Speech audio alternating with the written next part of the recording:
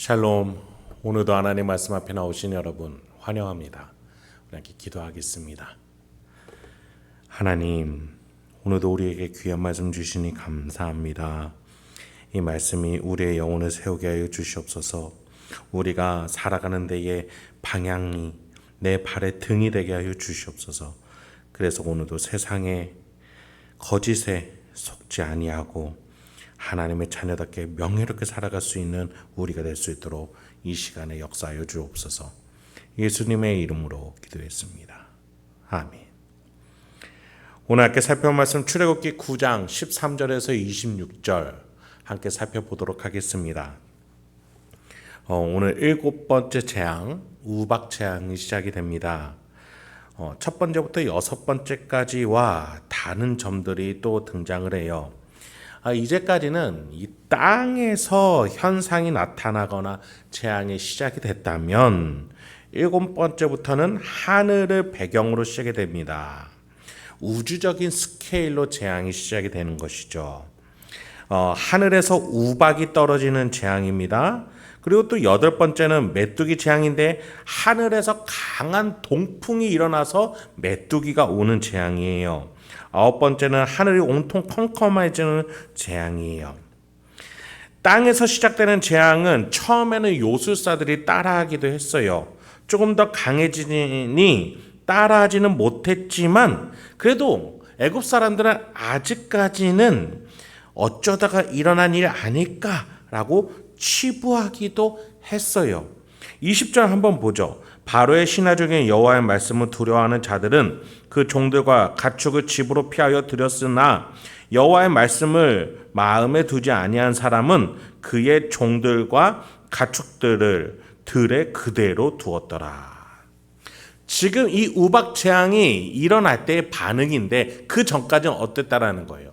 여호와의 말씀을 아직까지는 믿지는 않는 거예요. 우박이 내릴 거야 했더니 어떤 사람은 듣고서 대피라 하지만 여전히 그대로 들에 있었던 사람이 있었다라는 것이죠. 그런데 이제 하나님께서 우주적인 스케일로 하늘을 근거로 두는 재앙을 내리기 시작했어요. 땅에서 일어나니 뭔가 어쩌다 일어난 일로 치부하는 애굽인들 향해서 이제 더 초자연적인 일로서 경고하시고 또 하나님의 주되심이라는 복음을 선포하시는 것이죠. 16절부터 한번 보시죠. 내가 너를 세웠음은 나의 능력을 내게 보이고 내 이름이 온 천하에 전파되게 하려 하였음이니라. 네가 여전히 내 백성 앞에 교만하여 그들을 보내지 아니하느냐. 내 이맘때면 내가 무서운 우박을 내리니니 애굽 나라가 세워진 그날로부터 지금까지 그와 같은 일이 없었더라. 이제 사람을 보내어 네 가축과 내 들에 있는 것을 다 모으라. 사람이나 짐승이나 무릇 들에 있어서 집에 돌아오지 않는 것들에게는 우박이 그 위에 내리리니 그것들이 죽으리라 하셨다라 하시니라. 16절에 보니 내가 너를 세웠다. 내가 너를 아직 죽이지 않고 그대로 남겨놓고 있다. 하나님의 이름을 온 천하에 전파되게 하나님의 주되심을 전파하기 위해서 내가 너를 아직 남겨놓고 있는 것이야. 그러니 교만하지 말고 선하게 쓰임받기 위해 돌아와야 한다. 경고하십니다. 여러분, 하나님은 바로를 사용하시기도 하고 또 그가 아니더라도 다른 누구도 사용하실 수 있는 분이에요. 이스라엘을 장자 나라로 세운 데 있어서 하나님의 이름을 온 만방에 전하게 하기 위해서 하나님은 무엇이든 사용하실 수 있는 분이에요. 그런 점에 있어서 하나님은 바로에게 내가 너를 아직 살려두고 있는 이유가 있다. 내가 지금 너를 쓰고 있다. 그러니 교만하지 말라. 그 경고를 하고 계시는 것이죠. 어쨌든 하나님은 이렇게 바로에게 경고를 하십니다. 가축, 즉 소유물을 지키라는 것이었습니다. 돌림병으로 하나님이 처음에는 소유물을 빼앗으셨지만 이번에는 지킬 기회를 주시는 거예요. 하나님이 애굽 땅을 다스리고 있지 너가 다스리고 있는 것이 아니다. 바로에게 경고하시는 거예요. 여러분, 이 모든 것들이 사실상 바로에게 복음입니다. 여호와를 내가 경험해라. 너의 소유물조차도 너는 지키지 못하지만 나는 지켜줄 수 있다. 내가 너에게 빼앗았지만 다시 돌려줄 수 있는 여호와 하나님이다. 이것이 바로 복음이죠. 특히 26절에 보니 하나님께서는 애굽 땅을 다스리는데 더 독특하게 다스렸음을 본문은 말해줘요. 이스라엘 자손들이 있는 그곳 고센 땅에는 우박이 없었더라. 하나님이 다스리면 구분하실 수 있어요. 하나님이 뺏으셨다가도 하나님은 소유물을 주실 수 있는 분이에요. 하나님은 그래서 우리의 교만한 마음을 돌이키게 하세요. 이러한 하나님의 운영 방식을 하나님은 온 세계 만방에 전파시키시고 또 자기 스스로를 당신 스스로를 계시하시는 분이요. 결코 숨어 계시는 분이 아니라는 것이죠. 이렇게 계속해서 바로에게 하나님은 하나님이 어떤 분인지를 가르쳐주고 있습니다. 또한 이스라엘에게 그런 하나님을 보고 배울 수 있도록 기회를 주시는 것이죠. 여러분, 10가지 재앙을 어떤 이들은 하나님 대 애굽의 신의 대결로 보는 이들이 있어요. 결코 아닙니다, 여러분.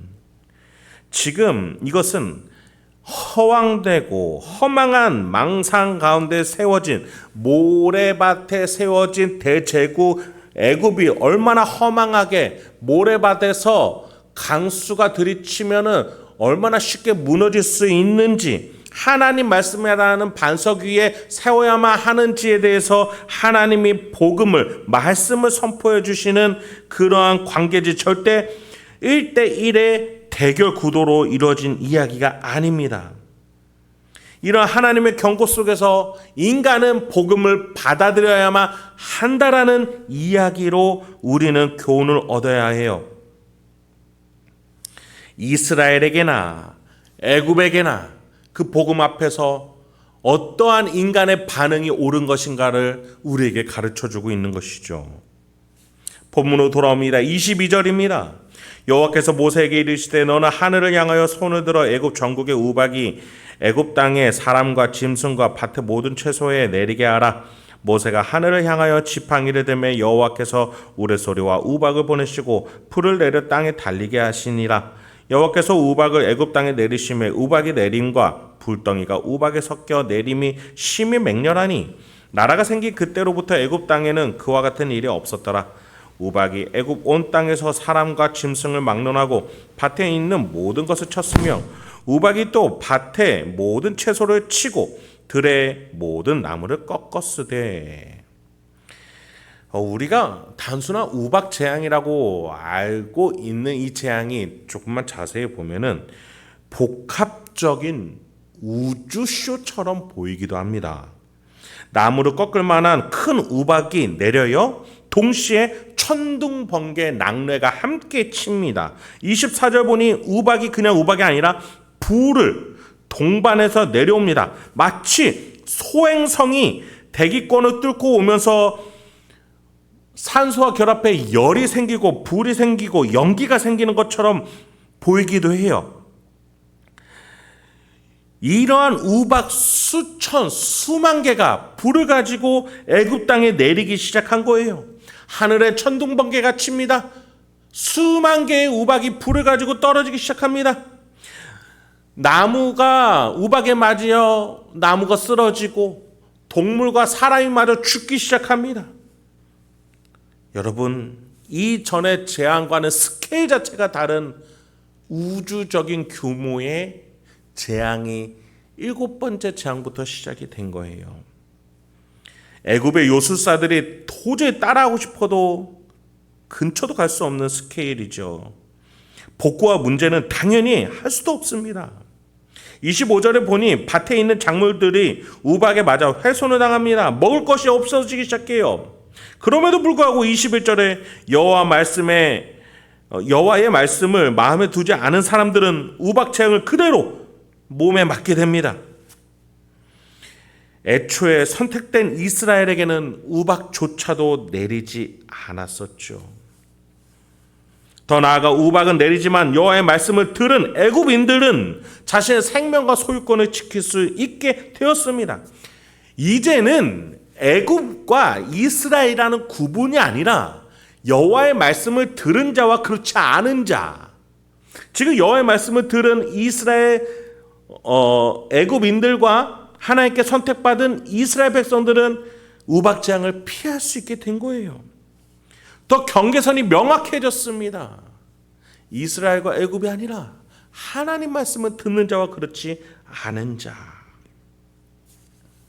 여러분, 이 경고와 우주적 재앙, 이 7번째 재앙부터는 무엇을 우리가 바라보게 합니까? 마지막 날, 우리도 앞으로 당해야 할 마지막 날에 대한 경고이기도 합니다. 이 세상이 끝날 때에 어떤 일이 일어날지에 대해서 하나님이 표징으로 주신 것이죠. 여러분, 오늘 재앙을 통해서 하나님이 선포하신 복음은 무엇입니까? 하나님은 유일한 분이시라는 거예요. 마지막 날을 향해서 하나님의 말씀을 듣는 자와 그렇지 않는 자로 구분해내시는 분이시라는 겁니다. 인간이 도저히 접근이 불가한 영역에서 일하시는 분이라는 것이죠. 14절, 거기에 하나님은 분명하게 이 재앙의 목적을 이렇게 설명하셨어요. 온 천하에 나와 같은 자가 없음을 네가 알게 하리라. 여러분, 이 14절에 천하인데 어떤 천하예요? 온 천하. 여러분, 오늘 본문 속에서요, 온, 모든 이러한 비슷한 의미의 표현들이 12번이나 등장을 합니다.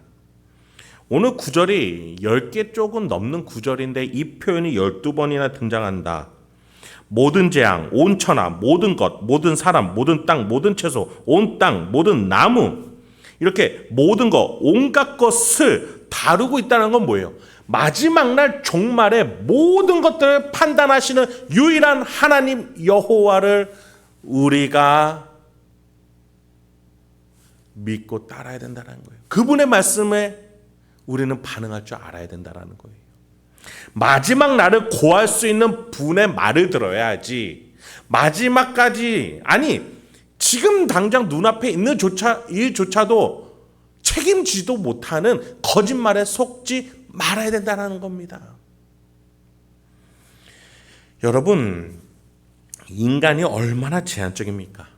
여러분, 무엇을 규정한다는 것, 무엇을 결말에 낸다는 것, 그것에 아마 법이 있을 겁니다. 이 법에 적용되면 이건 옳은 것이다, 잘못된 것이다, 이렇게 마지막을 고할 수 있게 해주죠. 그런데 여러분, 인간에게 법이 두 종류가 있어요. 하나는 자연법, 하나는 실정법이에요.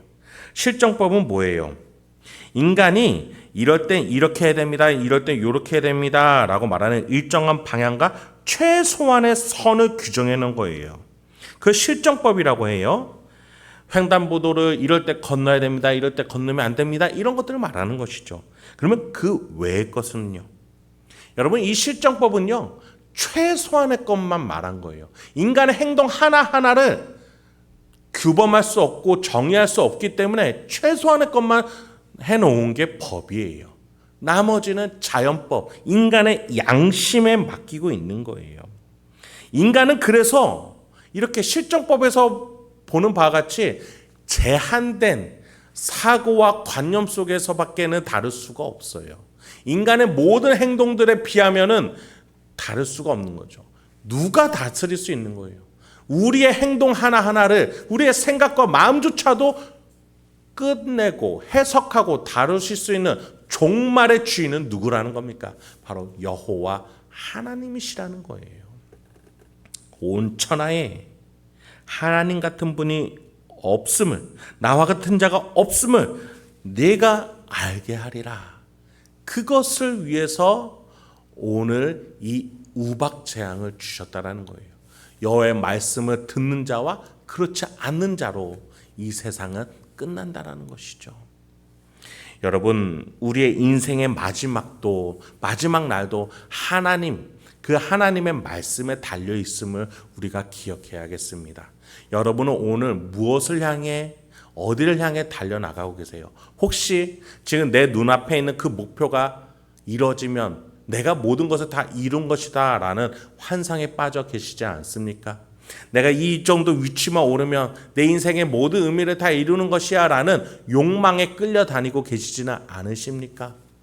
여러분, 하나님의 말씀, 마지막 날이 올 것이고 그 마지막 날에 내가 내 안에 계신 성령 하나님을 깨어서 그 마지막 날을 향해 달려나갈 때에 하나님의 자녀로서 하나님이 높여주실 것임을 믿으며 예수와 한몸된 자녀로서 살아야 함을, 내려가야 함을, 섬기러 가야 함을, 교만하지 않고 겸손하게 나가야 함을 오늘 본문은 말해주고 있는 것이고 우리에게 교훈을 주고 있는 것이지요.